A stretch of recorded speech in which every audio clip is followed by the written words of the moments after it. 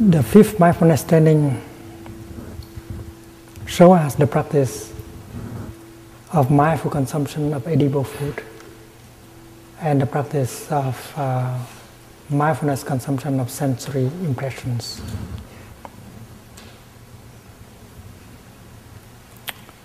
Last week we had a retreat for Hollywood entertainers.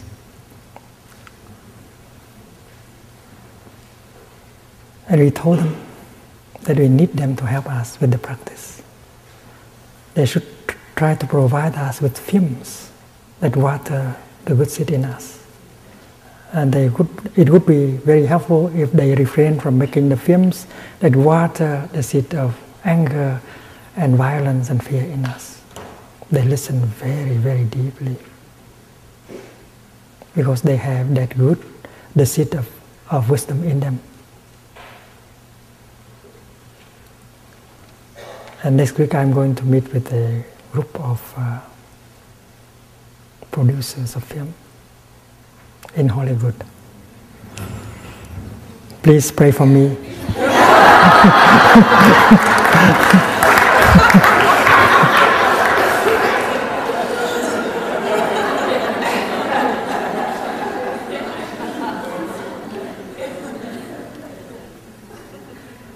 I said that I told them that there is already a statue of liberty in the East Coast.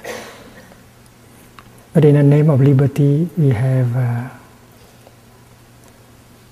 produced so many items of consumption that very destructive. And that is why I propose that a statue of responsibility be built in the West Coast. And one person in the retreat stood up and said, "Well, Thầy, I will do it." It's a sculpture. So during that retreat, I did my best to water the seed of compassion, understanding, and responsibility in these people. And let us continue to help them.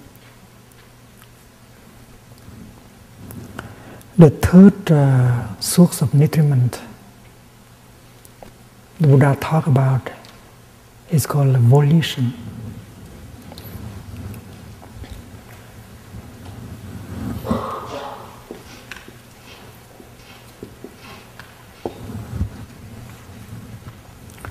The deepest kind of desire that we have in ourselves.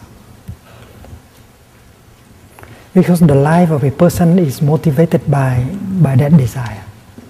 If you don't have any desire, you cannot continue to live. The desire may be very, very wholesome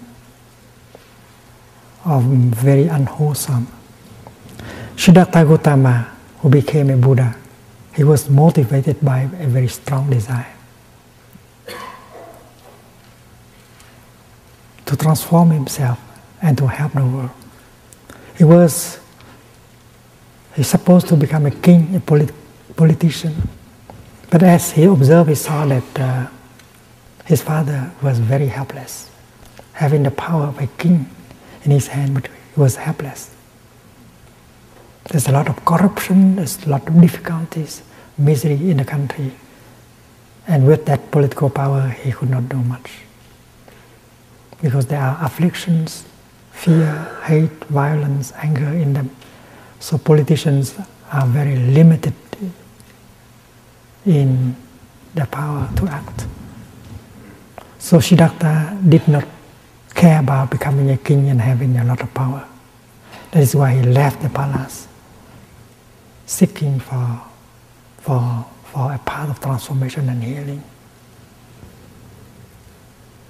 And that desire was so strong in him that he was able to undergo many hardships. Finally, he succeeded in becoming an enlightened person with a lot of understanding and compassion. And he did not feel tired at all during the 45 years of teaching, practicing and helping people. And he helped everyone, kings, ministers, rich businessmen, and scavengers, slaves. He helped everyone. And he accepted all kinds of people in his noble Sangha. In his Sangha there is no caste, there is no race. There is only a race of enlightenment. The noble Sangha. You are the noble Sangha of the Buddha. You are the beloved Sangha of the Buddha. No discrimination. And if you practice mindfulness, concentration, and insight, you bring the element of nobility into your daily life. And that is why the Sangha is called a noble Sangha.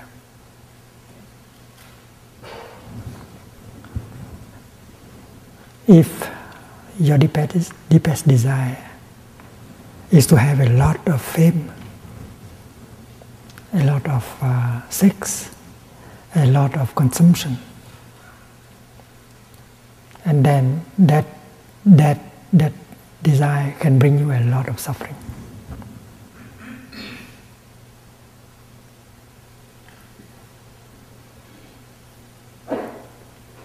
That is why we have to look deeply into our deepest desire to find out whether that is wholesome or unwholesome.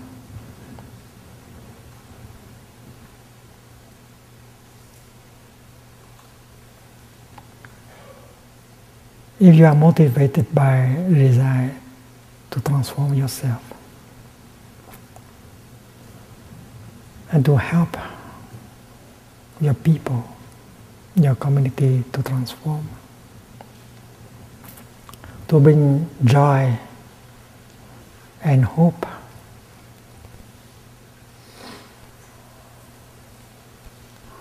into their life,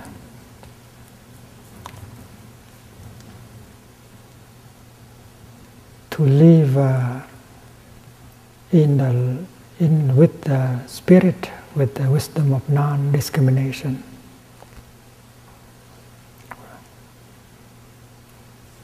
Capable of protecting themselves from complexes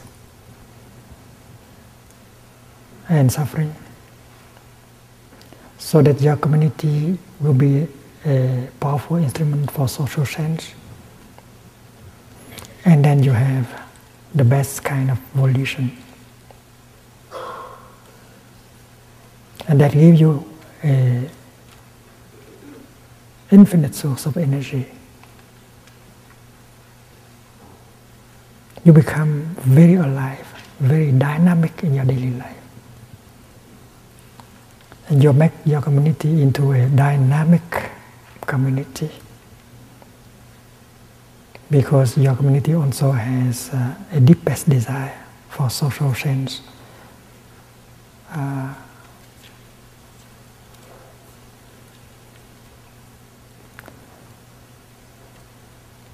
Social change,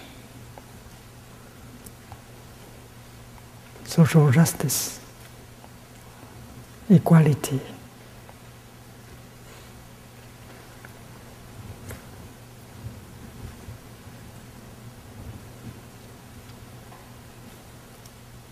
Can be obtained with the transformation of our consciousness, of our collective consciousness. Because consciousness is at the base. If we are not capable of changing ourselves, our way of thinking, our way of perceiving, if you are not free from wrong perceptions, and then any kind of action, no matter how direct they are, cannot bring the kind of result we want. Actions like sit in,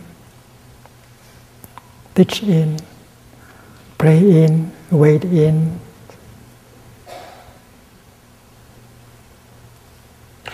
will be meaningful only when they are born from our freedom, our compassion, our understanding. If you have the wisdom of non-discrimination, if you have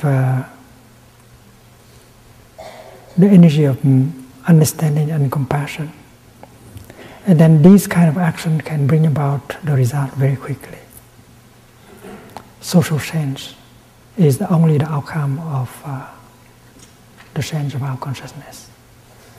Then this is why this practice should be done right away in our family and in our community.